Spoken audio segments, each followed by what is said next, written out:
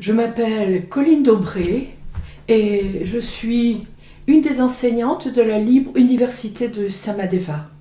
Et ce, depuis de très nombreuses années, puisque je suis aussi à l'origine de cet établissement de la Libre Université du Samadeva, avec toute une équipe dont vous connaissez certains des membres, en particulier Olivier Benamou et bien d'autres.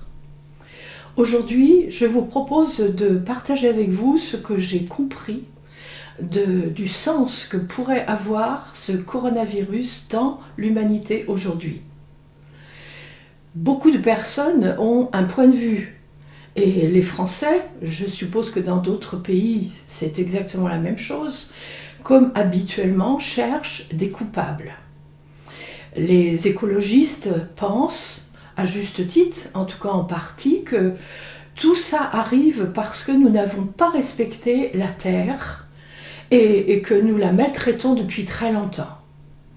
Ensuite, il y a l'avis des scientifiques, il y a l'avis des sociologues, il y a l'avis des médecins. En tout cas, il y a beaucoup d'avis qui chacun ont une raison d'être et sont intéressants à écouter. En tout cas, ce qu'on a tous en commun, c'est de recevoir des informations qui ont comme intérêt de nous permettre de comprendre pourquoi il faut rester confiné, ce qui est quand même quelque chose de difficile à vivre pour beaucoup de personnes parmi nous.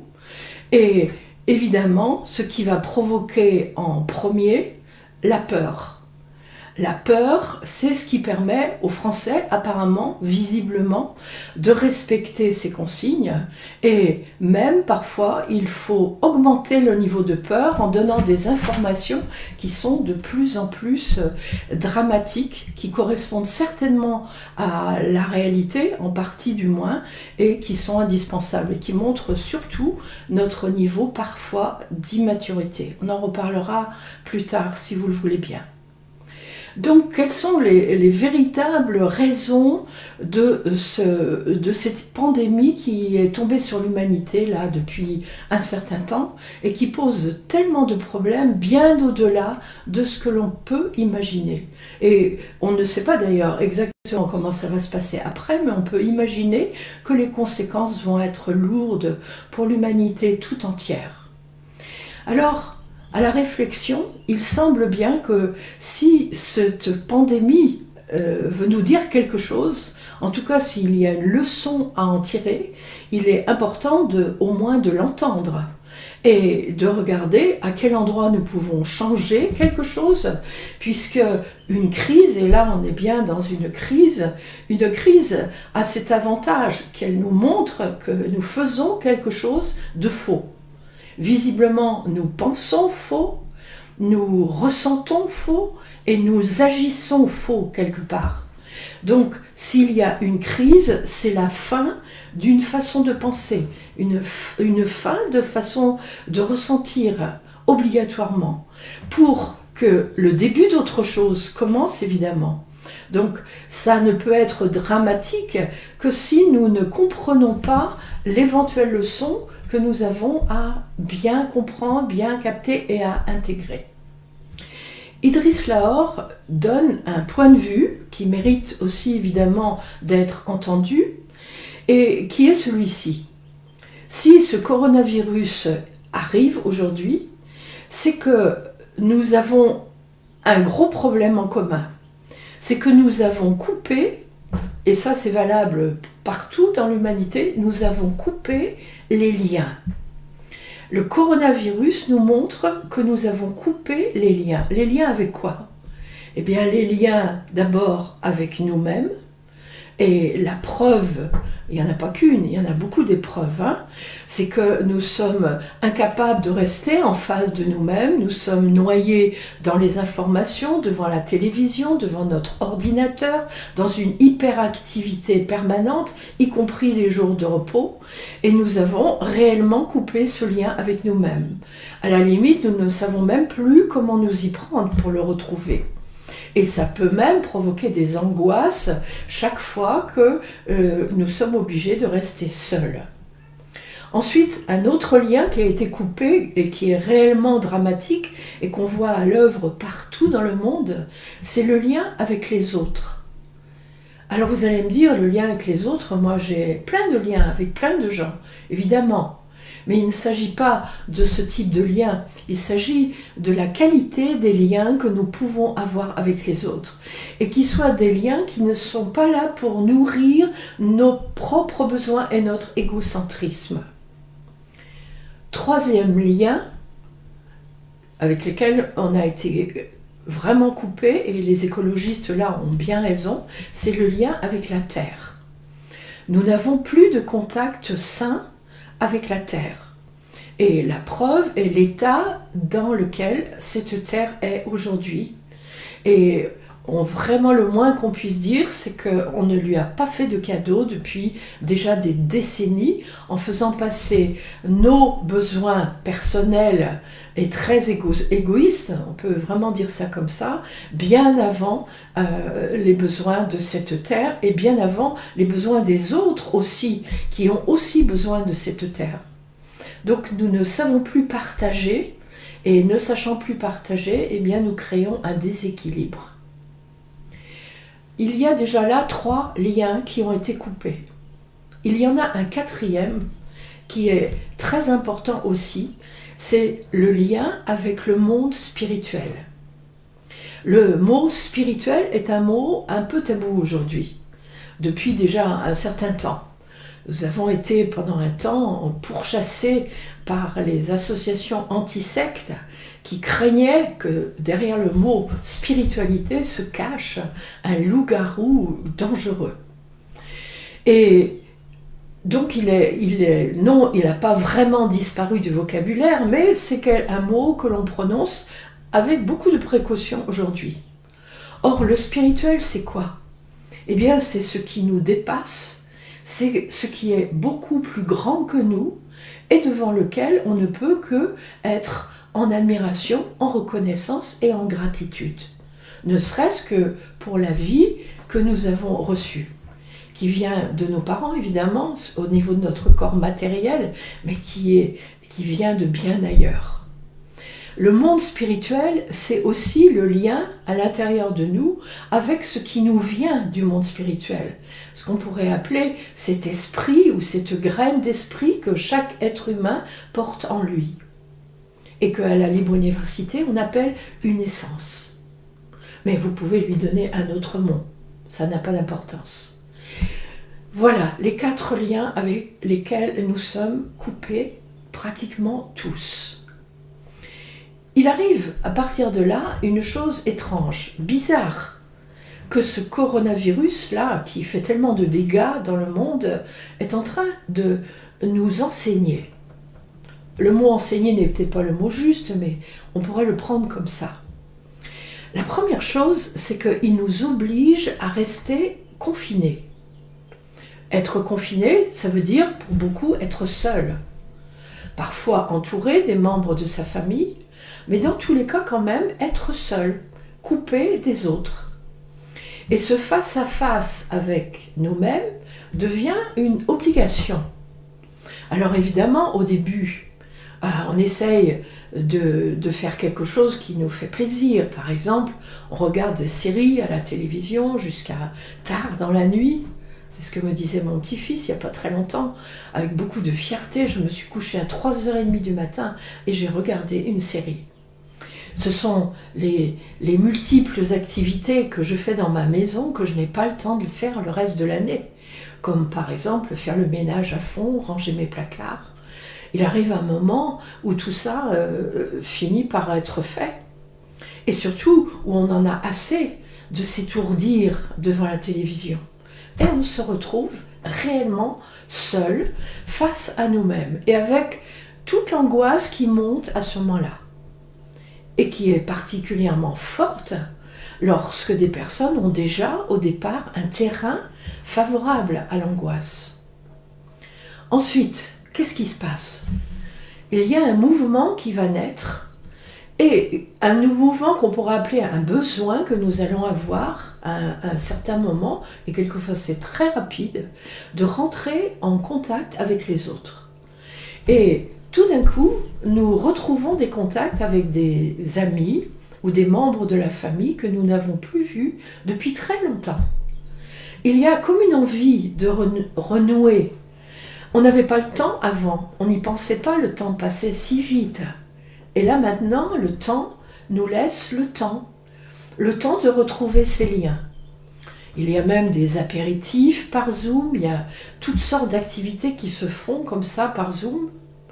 Quand on dit lien, il ne s'agit pas de lien réel parce que c'est comme maintenant, là, tout de suite, nous nous voyons, enfin moi je sais que vous me voyez, moi je vous sens, je sais que vous êtes là, je connais certains d'entre vous, d'autres que je ne connais pas.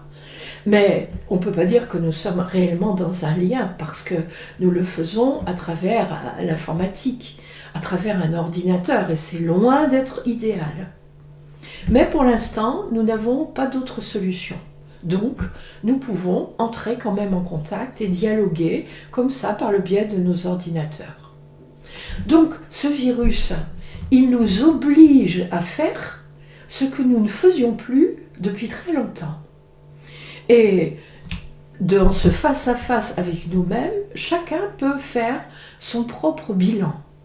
Comment je suis en face de moi? Est-ce que je suis serein? Ou est-ce que je me rends compte tout d'un coup de l'état de stress dans lequel je suis? Est-ce que je me rends compte tout d'un coup de tout le système de défense que je mets en place pour ne pas penser à ce qui est essentiel en moi?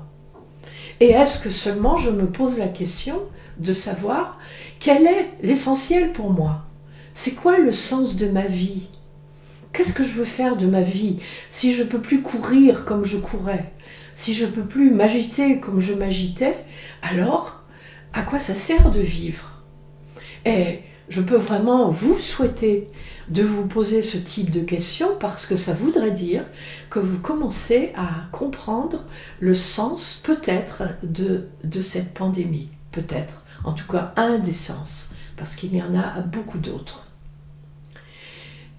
Maintenant, si on revient à ce virus, ce coronavirus, ce Covid-19 dont nous parlons et dont tout le monde parle tout le temps, et qui nous fait toutes ces misères indirectement et directement aussi. Hein? Qu'est-ce que c'est qu'un virus? Des virus, il y en a plein, et il y en a des milliers, et nous avons besoin de ces virus. Nous en avons besoin pour notre corps, pour notre vie, nous en avons besoin pour l'équilibre de tout ce qui est sur la Terre, de tout ce qui est vivant. Et il ne pose aucun problème.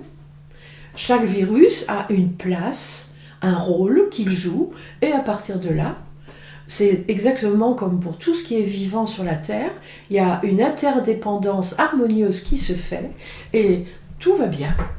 Et puis de temps en temps, il y en a un, comme celui-là, là il y en a eu d'autres dans le passé, qui vient faire les dégâts qu'il est en train de faire.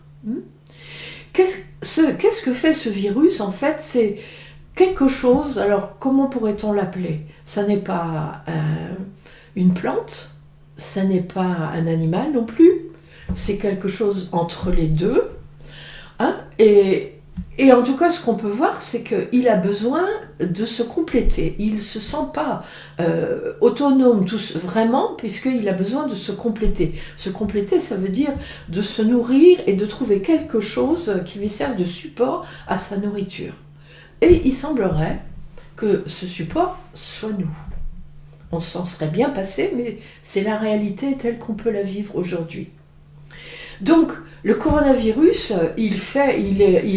c'est très simple pour lui. Il trouve le support qui lui convient et il s'y introduit. Et ensuite, il s'en sert et il l'utilise jusqu'à satiété complète. Le moins qu'on puisse dire, c'est qu'il n'a aucun complexe pour ça, aucune limite non plus. Et peu importe ce qui va se passer pour celui sur lequel il s'est installé, peu importe qu'il souffre, peu importe qu'il meure, d'ailleurs, L'important, c'est de se nourrir et de se nourrir à satiété et d'avoir toujours quelque chose à attraper qui permette de continuer à se nourrir. Se nourrir, c'est un faible mot. Dans ces cas-là, on peut imaginer même, on appelle ça se goinfrer dans notre langage humain.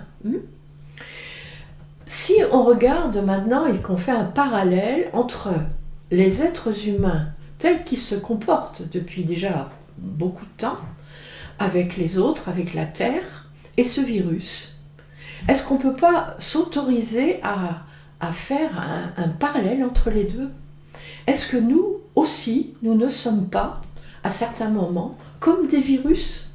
Lorsque nous avons une avidité qui nous fait prendre ce que nous avons envie de prendre, sans nous occuper du tout des conséquences que ça peut avoir pour les autres, quand nous mangeons des choses, que nous servons de choses qui vont être en manque chez quelqu'un d'autre à l'autre bout de la planète, lorsque nous nous nourrissons alors que ça va priver d'autres, lorsque nous faisons couler l'eau simplement, alors qu'il y en a d'autres qui à l'autre bout de la terre font des kilomètres pour arriver à trouver un peu d'eau quelque part pour ne pas mourir avec les restes de la famille. Si on regarde notre niveau d'avidité et d'égocentrisme à différents niveaux de notre vie, nous pouvons réellement être même terrifiés de la violence de nos attitudes, la violence avec laquelle nous consommons, nous voulons, nous désirons absolument quelque chose qui d'ailleurs ne nous satisfait pas longtemps. Et on est en train de voir aujourd'hui que, ayant tellement fait du mal à ce système Terre, à ce système de l'humanité qui est un grand système, eh bien à un moment donné, cette humanité et ce grand système qu'est l'humanité a cherché à retrouver un équilibre. Et c'est un équilibre douloureux. Douloureux parce qu'il a des conséquences qui sont portées principalement par les plus faibles parmi nous. Pas seulement les personnes âgées, ceux aussi qui ont des faiblesses et qui vont mourir peut-être très très malades de ce virus. Des conséquences qui sont très très lourdes aussi au niveau économique, et encore on n'a pas tout vu, on ne sait pas encore exactement comment ça va se passer après. Donc nos attitudes, nos réactions, notre égocentrisme qui est commun à beaucoup d'humains sur la Terre, on pourrait dire est à l'origine d'une partie de cette problématique que nous rencontrons aujourd'hui. Tout à l'heure je vous disais que une crise est là pour nous enseigner que nous avons fait quelque chose qui n'est pas juste, que nous ne ressentons pas juste et que nous n'agissons pas juste. On peut se dire d'où ça vient, cet égocentrisme dans lequel nous sommes tellement baignés les uns et les autres, au point de ne même pas savoir que ça s'appelle comme ça et de trouver ça complètement normal.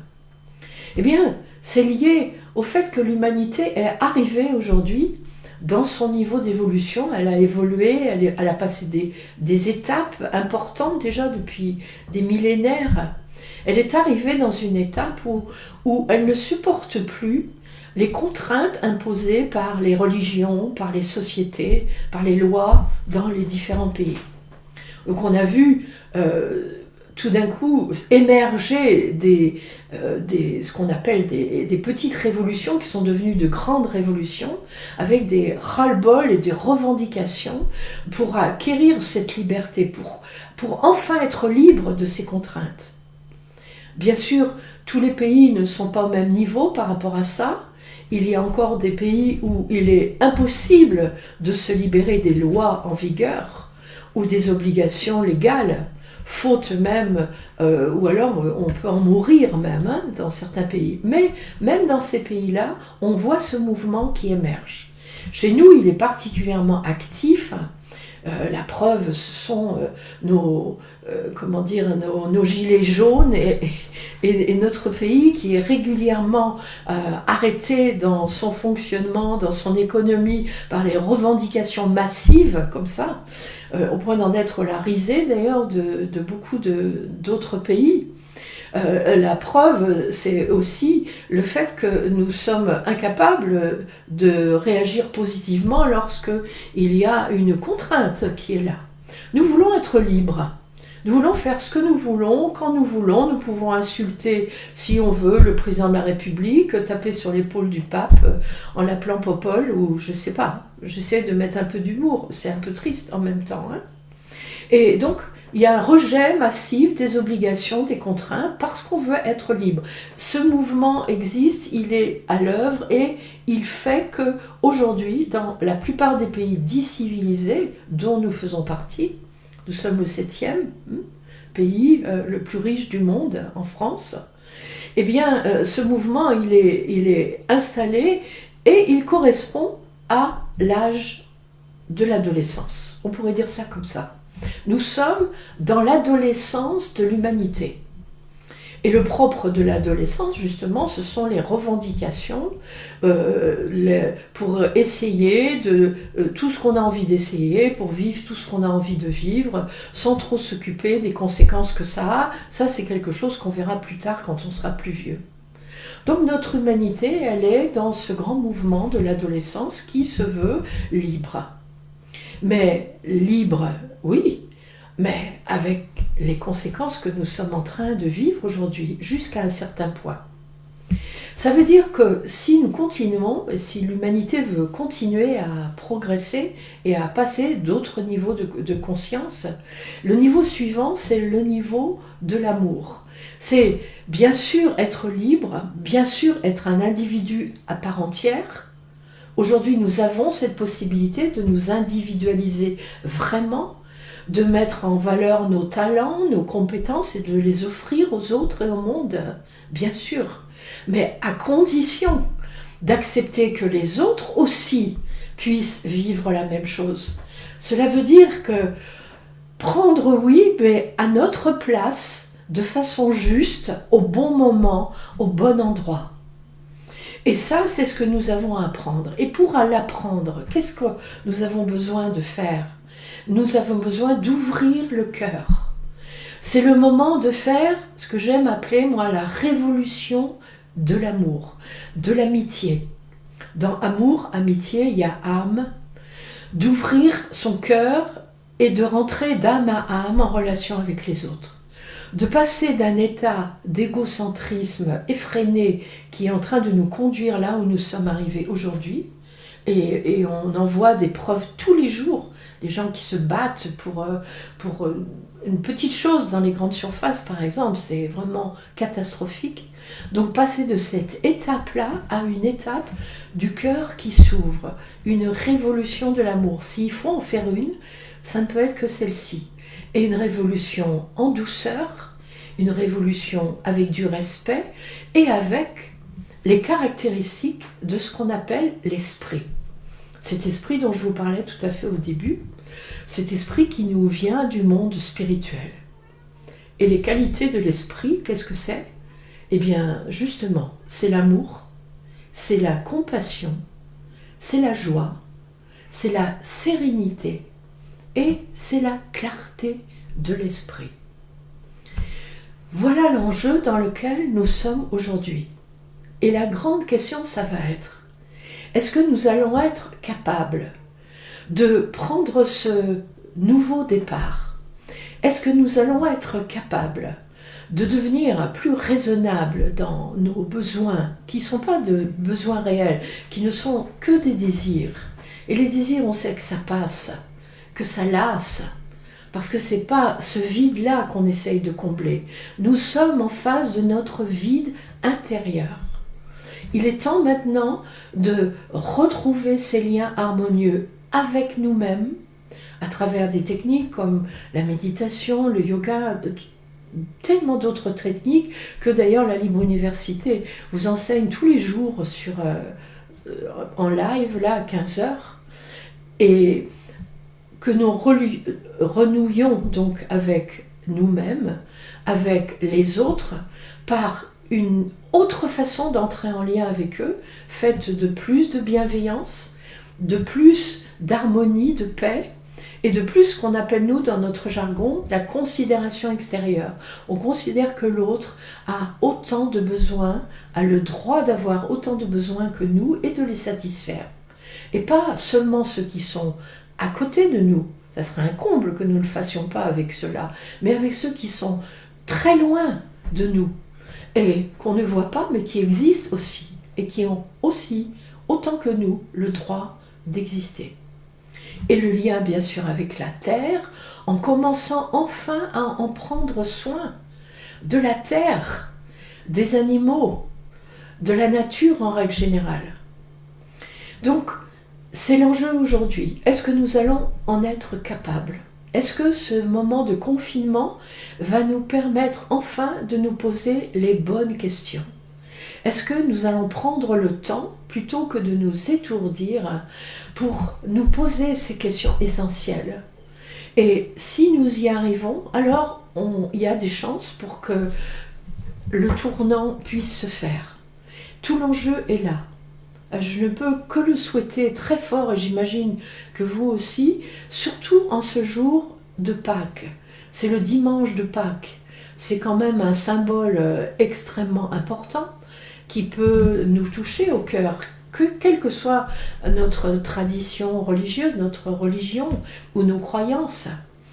Il y a quelque chose de particulier aujourd'hui que le coronavirus nous impose en ce moment particulièrement.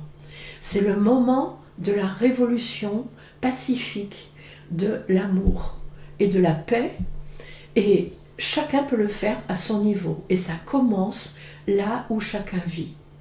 Nous pouvons agir exactement comme l'a fait ce virus qui un jour a démarré. Alors on nous dit que ce sont des chauves-souris, mais il y a des grands doutes sur le sujet. Peu importe, ce n'est pas l'objet de ce que je suis en train de raconter. Un jour, dans un coin de Chine, il y a quelque chose qui a démarré. Et aujourd'hui, pas très longtemps après, la planète entière est sous l'emprise de ce virus que l'on appelle le Covid-19.